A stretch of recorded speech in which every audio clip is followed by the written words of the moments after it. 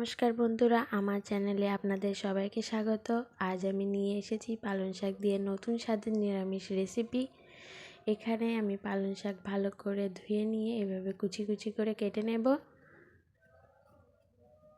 পালং শাকগুলো কাটা হয়ে গেছে, এবার বাটির মধ্যে এগুলো তুলে নেব।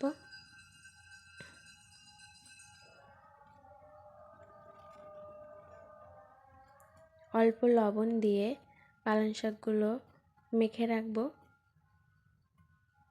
পালং শাকগুলো এখানে আমি 10 থেকে 15 মিনিট রেখে রাখবো। এখানে একটি বড় সাইজের আলু কুড়ে নেব।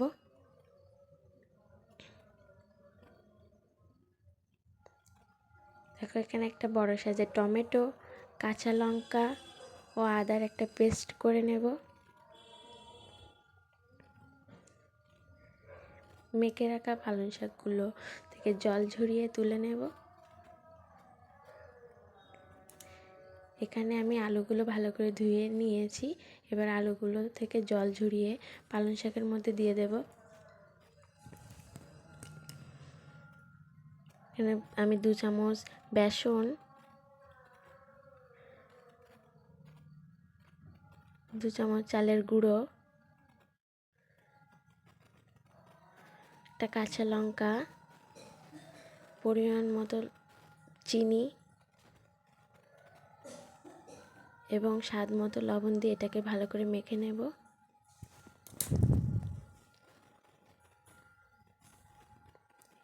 এখানে আমি মেখে রেখেছি। এবার কড়াইতে পরিমাণ মতো তেল দিয়ে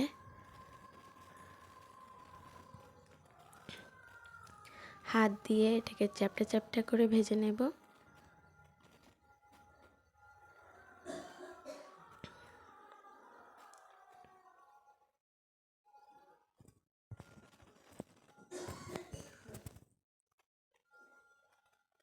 এগুলো ভাজা হয়ে গেছে, এবার উল্টে দেব।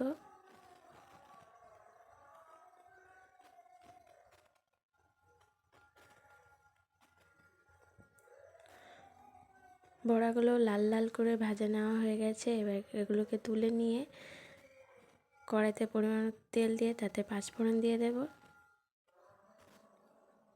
এখানে হলুদ গুঁড়ো, স্বাদ মতো লবণ দিয়ে দিলাম।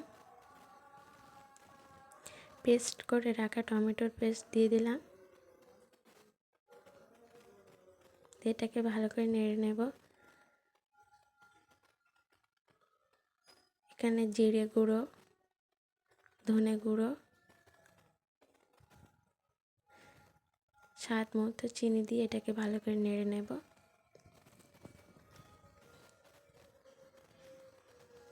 দেখো, মশলা থেকে আমার তেল ছেড়ে এসেছে। এখানে আমি পরিমাণ মতো জল দিয়ে দেব। ভেজে রাখা বড়াগুলো দিয়ে দিলাম।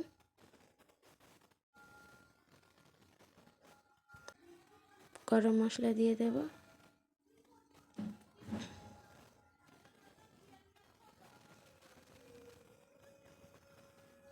এখানে নামানোর আগে আমি কিছু ধনেপাতা অ্যাড করেছি। রেসিপিটা আবার কেমন হয়েছে বলো। ভালো লাগলে সবাই একটি সাবস্ক্রাইব ও লাইক করে দেবেন।